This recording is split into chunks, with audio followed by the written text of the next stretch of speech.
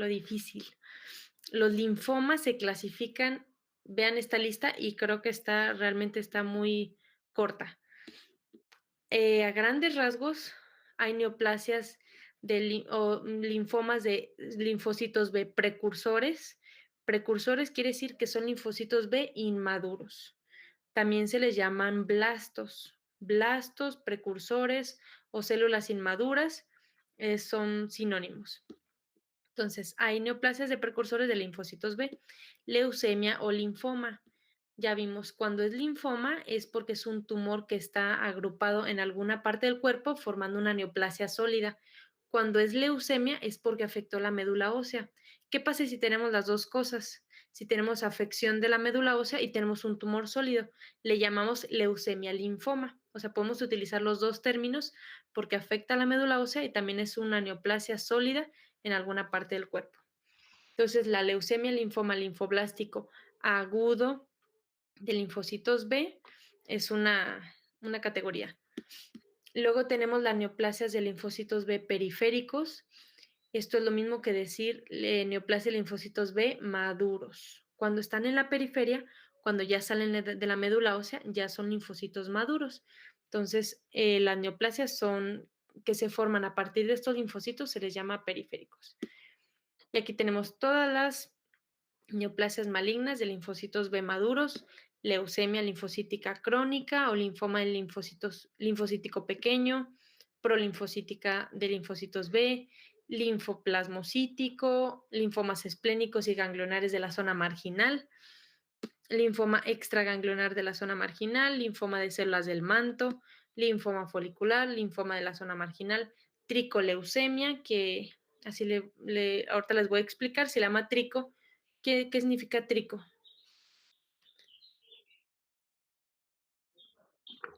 Bueno, creo que tenía entendido que ay, no, mejor no digo. No, la Sí, verdad dime. no sé. Di qué es lo que estabas pensando. Bueno, es que trico yo lo había escuchado en tricotomía, cuando se les retira el vello púbico a las pacientes que van a entrar a labor de parto, pero no Entonces, sé. tiene que ver con el vello, con pelos. Entonces, se les llama tricoleucemia porque las células neoplásicas tienen, pues, unas como vellosidades o unas prolongaciones que parecen también se le llama linfoma de células peludas o leucemia de células peludas, porque tiene unas prolongaciones que parecen pelos o vellos. Entonces, por eso se le llama trico.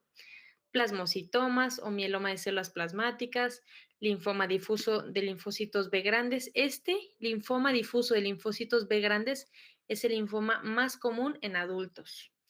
Linfoma de Burkitt y también pasamos a las neoplasias de precursores o de linfocitos T inmaduros, leucemia, linfoma linfoblástico agudo de linfocitos T y todas las neoplasias de linfocitos T maduros, prolinfocítica, linfocítica de gránulos grandes, la micosis fungoide, que micosis en este caso es la única palabra donde no tiene que ver con los hongos. Entonces, aquí sí es una leucemia. Digo, no se vayan a confundir que la micosis fungoide sea por hongos, sino es una neoplasia de linfocitos o síndrome de Sézary también se le llama. Linfoma de linfocitos T periféricos, linfoma anaplásico de células grandes, angio inmunoblástico, angio porque afecta los vasos, linfocitos T asociado a enteropatía. Enteropatía es enfermedad de los intestinos, linfoma de linfocitos T similar a paniculitis. Panículo se refiere al tejido subcelular o tejido adiposo. Entonces, este linfocito se asocia a inflamación del tejido celular subcutáneo pues, de la piel. Linfoma en linfocitos gamma y delta es hepatoesplénico, de linfocitos T del adulto, extraganglionar y de citolíticos naturales. Y tenemos el linfoma de Hodgkin. ¿Se acuerdan que les platiqué que el linfoma de Hodgkin se clasifica aparte, aunque las células deriven de linfocitos B? Este linfoma es de mejor pronóstico y se trata diferente a esto. Entonces, por eso se le pone una categoría aparte. Entonces tenemos el subtipo clásico, subtipos clásicos que son 4 variedades: esclerosis nodular, celularidad mixta, rico linfocitos con depresión linfocítica y de predominio linfocítico. Entonces es larga la lista y prácticamente se parecen unos con otros. ¿Cómo los vamos a diferenciar o cómo los vamos a clasificar? Dependiendo, bueno, la clínica, la edad del paciente, dónde se esté presentando la neoplasia y el estudio de inmunistoquímica. Miss, yo nada más tengo una duda. Sí. En leucemia de linfocitos citolíticos naturales, ¿a qué se refiere? Son los natural killer. Ah, ¿Recuerdan que tenemos linfocitos T natural killer? Así se les llama, ah, políticos. Ajá, okey. es que aquí traducen prácticamente todas las palabras del inglés. Entonces, Con razón, citolíticos naturales son de células natural killer. Ujú, ya, ya, gracias. de nada. Entonces, es lo mismo que ya les dije, cómo se clasifican, los linfomas dependiendo de la célula de origen. Entonces, si los agrupamos en 5 categorías en general, entonces tenemos neoplasias de precursores de linfocitos B, neoplasias de linfocitos B maduros o periféricos, neoplasias de precursores de linfocitos T, neoplasias de linfocitos T y linfocitos citolíticos o natural killer maduros y linfoma de Hodgkin. Recordando que el linfoma de Hodgkin es característico por las células de Ritz-Stenberg. Entonces, vamos a hablar en general de estas categorías. Tenemos la neoplasia de células precursoras B y T, que también se le llama leucemia linfoma linfoblástico agudo. Estas 85% de los casos son asociados a células B o a linfocitos B. Se manifiestan como leucemias agudas infantiles. La neoplasia linfoide. Bueno, no, yo diría que la neoplasia más común en niños, o sea, neoplasia maligna más común en niños menores de 4 años es esta, leucemia linfoblástica aguda, principalmente la tipo B, pero también puede haber T. Entonces, en niños es muy común y lo van a ver, pues desgraciadamente en pediatría o en sus prácticas que esta enfermedad, pues se muere en la mayoría de los niños que tienen una neoplasia maligna. La de tipo T es más común en jóvenes y se presenta como linfoma más que leucemia. Morfológicamente son iguales, es lo que les decía. Nosotros vamos a ver que son células grandes con atipia. La única forma de saber si son B o T es aplicándoles o haciendo un estudio para marcar estas células con los diversos marcadores. Espérenme, me voy a sonar la nariz.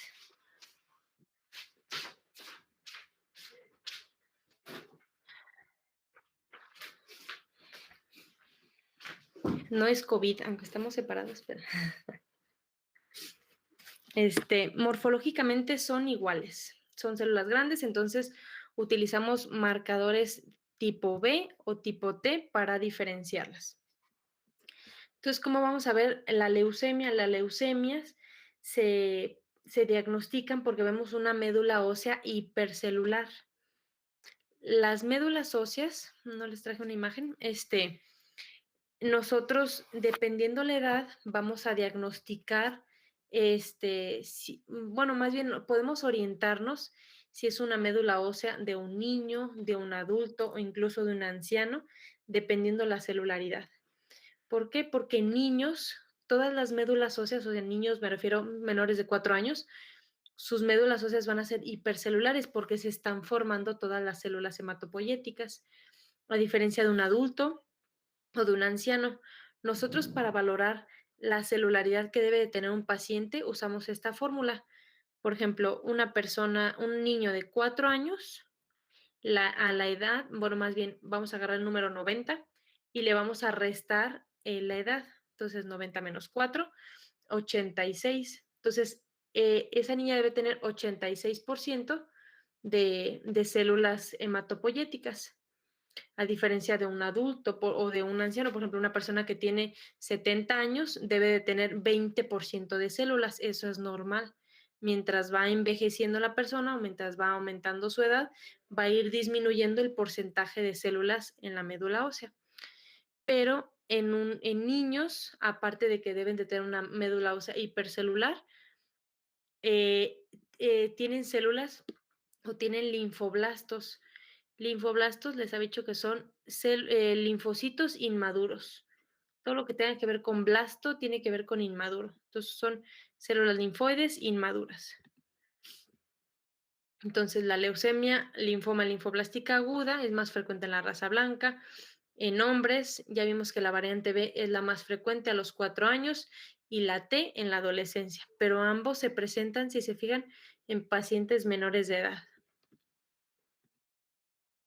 Esto es un frotis de sangre, que es un frotis de sangre que le toman, pues le extraen 1 o 2 gotas al paciente de sangre y lo extienden, así como un extendido citológico. Esto lo hacen los hematólogos. Para diagnosticar una leucemia linfoma linfoblástica aguda, necesitamos, o sea, es un diagnóstico en conjunto con los hematólogos. Los hematólogos ven su biometría hemática, en qué momento se empieza a sospechar de una neoplasia maligna de células linfoides.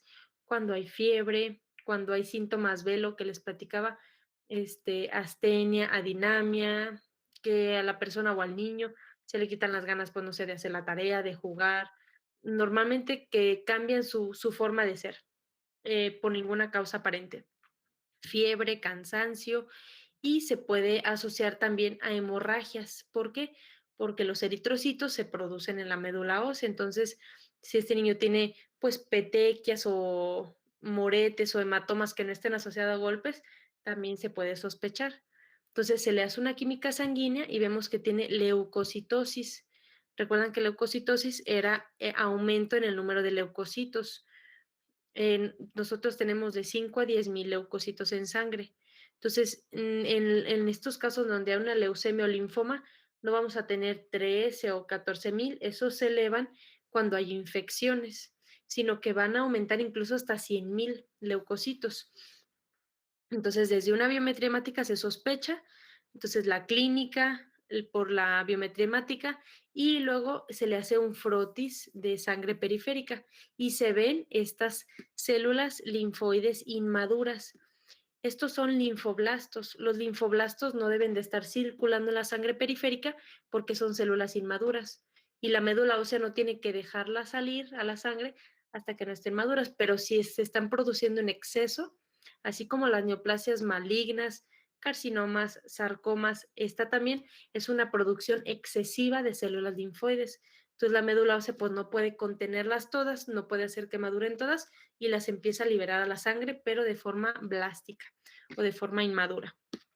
Entonces son células que no van a hacer su función de leucocitos y que al contrario van a hacer una función pues de atacar al microorganismo o causar esta neoplasia maligna en la sangre. Hay un marcador específico que nosotros hacemos que es la desoxinucleotidil transferasa terminal o TDT. Este marcador es específico para células linfoblásticas, así como les hablé de las citoqueratinas, de que hay marcadores prácticamente para identificar cualquier célula. Este marcador es específico para identificar células inmaduras. Ahora, si nosotros queremos saber si esta es una célula inmadura tipo B, le hacemos marcador TDT y le hacemos un marcador para células B. Y si los dos son positivos, diagnosticamos una neoplasia maligna de células precursoras tipo B. Síntomas relacionados, lo que les comentaba, con depresión de la función medular. Puede haber alteraciones, ya les dije, a nivel de las plaquetas, a nivel de los eritrocitos y también infecciones. Son pacientes que tienen una infección, gripa, que tienen gastroenteritis y que no pueden atacar a la infección porque sus leucocitos están inmaduros. Puede que tenga 100,000 leucocitos, pero de nada les sirven si no están preparados para atacar una infección. Son niños o son pacientes que tienen linfadenopatías generalizadas. ¿Qué es linfadenopatía? Miss, ¿pudiera repetir los últimos 5 segundos de lo que dijo? Es que se le cortó todo. Ok. Para diagnosticar una leucemia linfoma linfoblástica aguda, clínicamente son síntomas relacionados con depresión de la función medular. Las células hematopoyéticas, que ya dijimos que son, se producen los eritrocitos, las plaquetas y los leucocitos, van a estar alterados, entonces puede que la persona tenga deficiencias de oxigenación, porque los eritrocitos no funcionan, deficiencias de coagulación por las plaquetas y deficiencias de leucocitos. Entonces va a haber depresión de la función medular por eso, dolor e hipersensibilidad de huesos.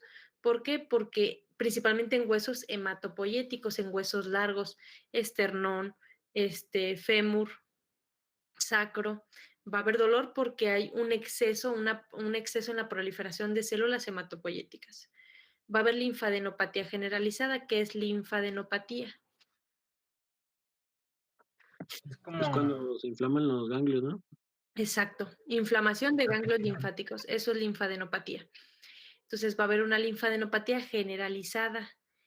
Eso nos hace pensar que el problema no es un problema local. Por ejemplo, si yo ahorita tuviera una faringoamigdalitis, mis ganglios linfáticos de la región cervical preauriculares, posauriculares, del esternocleidomastoideo, todos mis ganglios regionales de la faringoamigdalitis van a estar inflamados porque van a estar atacando la infección bacteriana. Pero ¿qué pasa si yo tengo todos mis ganglios inflamados? Pues eso no me habla de algo focal, de una infección. Me está hablando de que algo está pasando en mi sistema hematológico, o sea, en las células, en los ganglios linfáticos, en mis leucocitos. Entonces, eso siempre nos va a hacer sospechar de algo maligno, cuando hay una linfadenopatía generalizada. Y por ende, cuando hay aumento del hígado y del vaso. ¿Por qué? Porque ahí es donde se destruyen o por ahí pasan los eritrocitos. Entonces, si hay exceso de eritrocitos, porque hay una leucemia o se están produciendo demasiadas células medulares o hematopoyéticas, todos los órganos que reciban esas células hematopoyéticas se van a ver afectados y principalmente agrandados.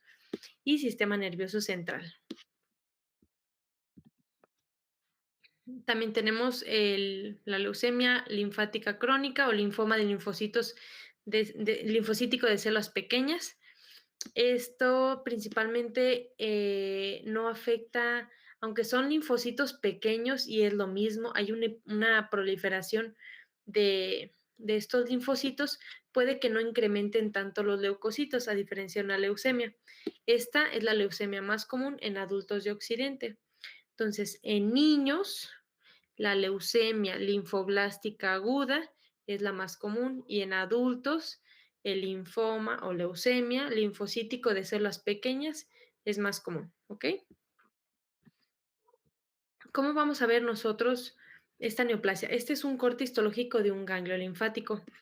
¿Qué es lo que tenemos que ver en un ganglio linfático? Folículos linfoides, así como ya les enseñé una hiperplasia folicular.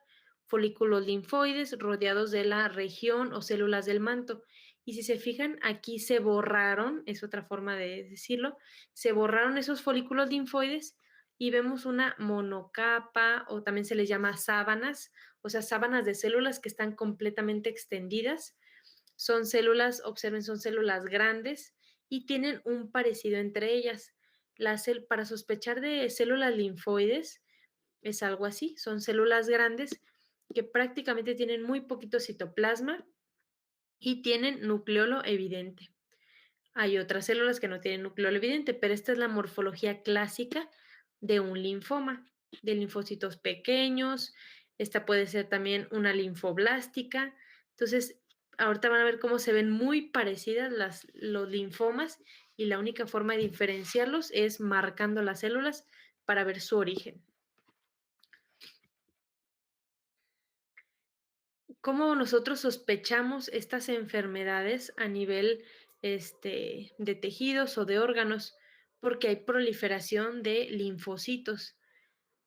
Imaginémonos, esto es un hígado, bueno, no imaginemos, esto es un corte histológico de hígado y vean todo esto son inflamación crónica o proliferación de células linfoides en la triada porta, en la triada portal. Entonces, esto me puede estar hablando de infinidad de cosas.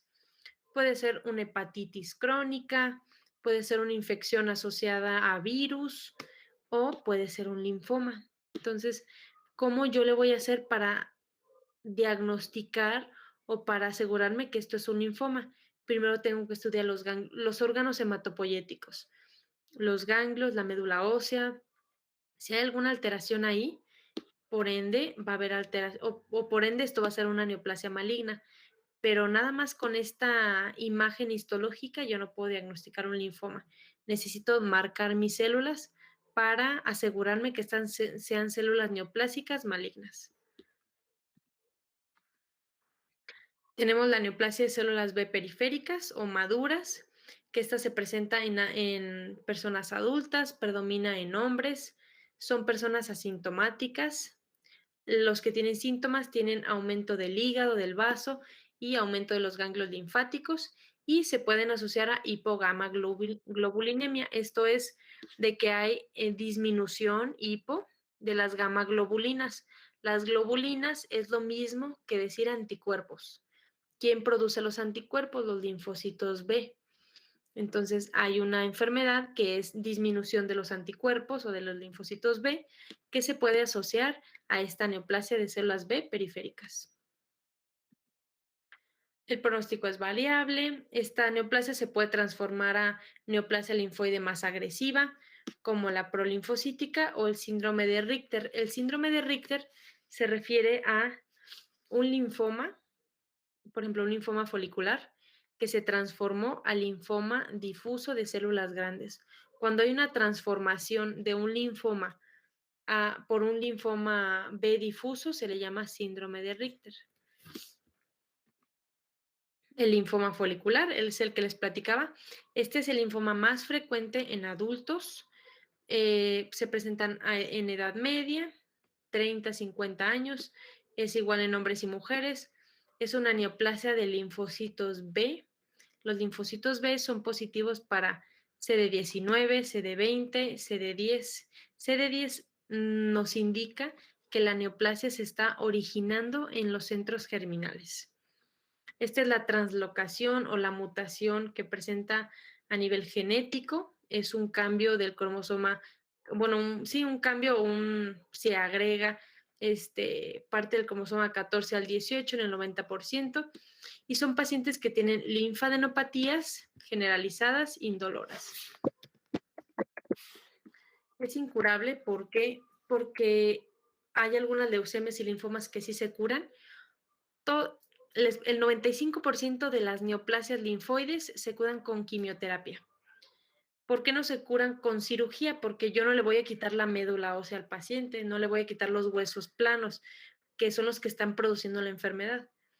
Hay ocasiones donde si está el tumor localizado y está causando síntomas compresivos, se puede extirpar, pero la quimioterapia en los linfomas prácticamente es el estándar de oro de tratamiento. Entonces, aquí sí es muy importante. Claro, sí, igual el trasplante de médula ósea. A lo que me refiero yo es, a diferencia de las neoplasias epiteliales o carcinomas y sarcomas, los linfomas se tratan por trasplante de médula ósea, son caros, requieren de múltiples, ¿cómo se llaman? Pues indicaciones, y el principal tratamiento es la quimioterapia. Entonces, por ejemplo, si se descubre una neoplasia o un tumor a nivel cervical en un paciente, nos hablan a nosotros para ver si es un linfoma o si es un carcinoma. ¿Qué pasa si es un linfoma? El cirujano ahí termina la cirugía, ni siquiera le quita la neoplasia, porque sabe que dándole quimioterapia se va a curar, dependiendo del tipo de linfoma. Hay unos más agresivos que otros. Pero si este tumor es un carcinoma, la indicación es retirarlo con márgenes completos y asegurarse que se está trayendo todas las células malignas. Pero como los linfomas es una neoplasia maligna de las células de la sangre, pues yo no le voy a quitar todas las células de la sangre al paciente, sino que las voy a atacar a nivel sanguíneo por medio de quimioterapia. Entonces, la quimioterapia es el tratamiento estándar en la mayoría de los linfomas y no la cirugía, a diferencia de los carcinomas y de los sarcomas. ¿Sí? ¿Vamos bien? Sí, doctora. Sí, Doc. Sí, no. Muy bien. Entonces, el linfoma folicular es el linfoma más frecuente en adultos. A nivel macroscópico, la mayoría de los linfomas se ven como neoplasias sólidas o nódulos de color blanco o amarillo claro. Incluso van a leer que tienen una peculiaridad de que se les llama en carne de pescado. Así como ven la carne de pescado blanco, así se llegan a ver algunos macroscópicamente los linfomas en cualquier parte del cuerpo. Aquí en el vaso se manifestó por pequeños nódulos. Todos estos nódulos son nódulos neoplásicos de un linfoma folicular. Ahora, yo no puedo saber macroscópicamente que esto es un linfoma. Yo le tengo que hacer un corte histológico donde voy a ver esto. A diferencia de la hiperplasia folicular, estos folículos, bueno, no voy a decir que son exactamente iguales, pero no presentan tanta variación entre unos y otros. Y no se observa zona del manto. Recuerdan que la zona del manto eran linfocitos un poco más oscuros que formaban como un collar alrededor. Aquí prácticamente lo que vemos son linfocitos entre los folículos, pero no hay este collar o esta proliferación de células alrededor del centro germinal. Entonces, esto se sospecha porque los folículos se parecen entre ellos y a nivel microscópico, estas células, que son los centrocitos y estos son los centroblastos, de esto se compone un linfoma folicular, de centrocitos y centroblastos. Ahora, hay diversos grados de estos linfomas. ¿Cómo le vamos a dar el grado? Entre más centroblastos tenga, que son células más inmaduras, las células inmaduras van a observar que en los linfomas es lo que le da el pronóstico o sí, el peor pronóstico, porque son células blásticas, son células inmaduras que se están proliferando, pero no están haciendo ninguna función. Y estos son los centrocitos. Este es el inmunomarcador BCL2 que se les realiza en caso de sospecha de linfoma folicular. Esto es una hiperplasia folicular o son folículos reactivos. Este es en el centro germinal y observen, esta es la región del manto. Cuando es benigno o cuando es una hiperplasia, el centro está negativo, pero cuando es un linfoma folicular, el centro de los folículos es intensamente positivo. Entonces, si yo les pusiera dos imágenes histológicas de estos folículos por HY o por microscopía, se ven prácticamente igual. Entonces, yo tengo que utilizar este marcador para ver si estos linfocitos dentro del centro germinal son malignos o son benignos. El linfoma B difuso de células grandes es el que les platicaba que es el más común también. Es el que se transforma, el linfoma folicular se transforma al linfoma B difuso y es el síndrome de Richter. Ocupa el 20% de los linfomas no Hodgkin. A grandes rasgos también se clasifican así los linfomas, Hodgkin o no Hodgkin. Y los no Hodgkin son todos estos que hemos visto. Son en hombres, principalmente de edad media y avanzada. También se pueden presentar en niños. Es un tumor de crecimiento rápido, sintomático y puede dar en un sitio ganglionar o de forma extraganglionar. Tenemos tejido linfoide aparte de los ganglios linfáticos, del vaso, de la médula ósea. Entonces, cuando los tumores se originan en estos sitios, puede ser el tejido linfoide asociado a mucosas en intestino, en estómago también, en colon, en cualquier parte del cuerpo tenemos tejido linfoide. Entonces, ese tejido linfoide también se puede mutar o se puede alterar y puede producir linfomas. Cuando es así, se les llama linfoma extraganglionar, que se está presentando fuera del ganglio linfático. En el anillo de Waldeyer, que son en las amígdalas. Estos linfomas son agresivos, pero con buena respuesta al tratamiento, que me refiero a la quimioterapia. Esto es lo que les platicaba de cómo se llega a ver los linfomas a nivel macroscópico. Son tumores de color amarillo claro o blancos, que aquí no se ve pues característico esta carne de pescado que les digo que describen los libros, pero son neoplasias bien delimitadas, son tumores redondos, sólidos. ¿Cómo sospecho que esta neoplasia no es primaria de hígado? Esto ya se los había platicado, a ver si alguien me puso atención. ¿Cómo puedo sospechar macroscópicamente que este tumor no pertenece o no se produjo en el hígado o no se formó en los hepatocitos? Digo, el hígado es, creo que el único órgano que se puede o no sospechar. ¿Alguien recuerda qué es lo que le pasa al hígado antes de formarse en un carcinoma?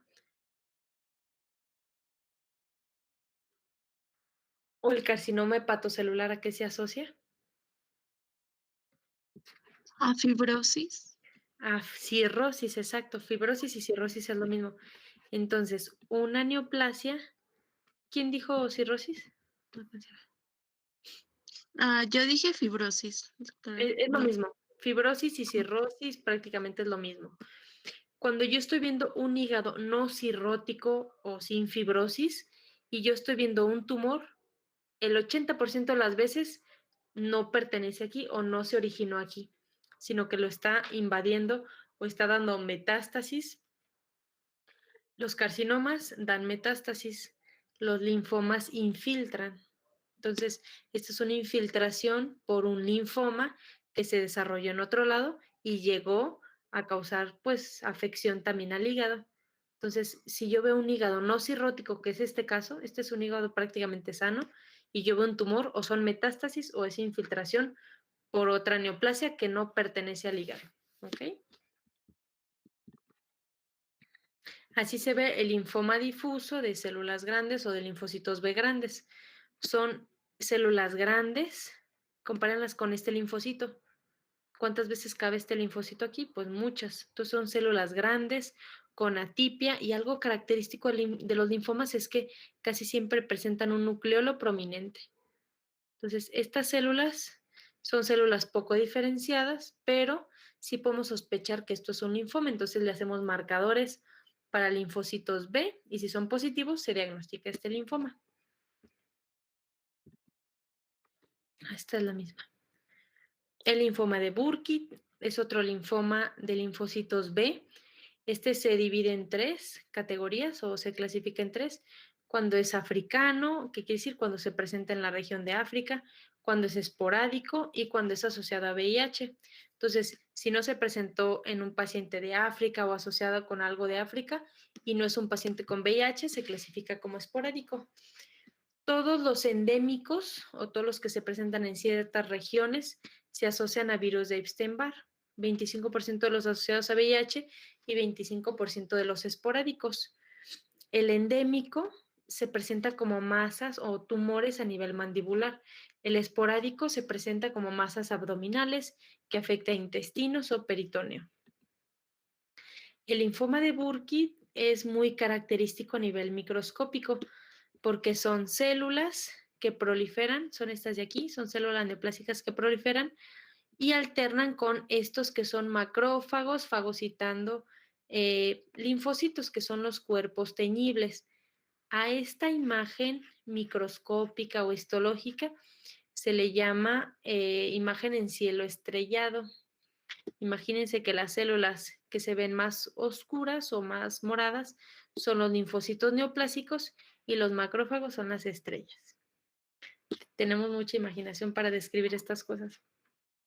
El linfoma de Burkitt se caracteriza por eso, porque tiene una imagen microscópica en cielo estrellado, que también la pueden presentar otros linfomas, pero en este es muy común.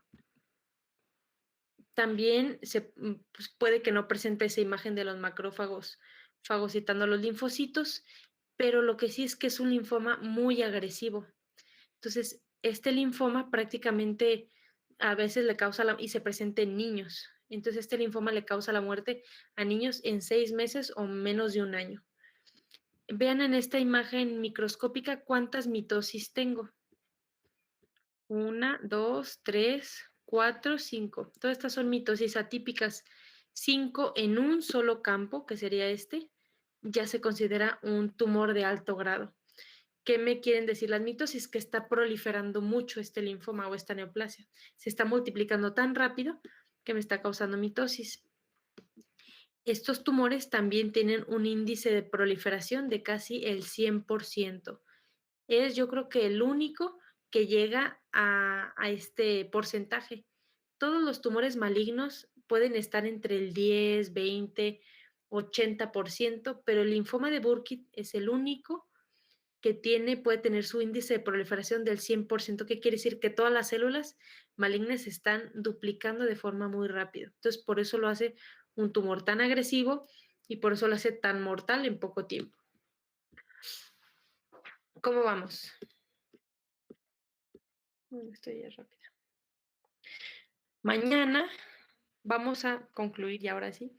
Mañana concluyo linfomas. Me voy a ir rapidísimo, pero como tenemos varias clases pendientes, ahí me recupero. Para esta semana les voy a dar todos los temas del examen, que serían patología, vamos a terminar con patología osteoarticular y patología del sistema nervioso central.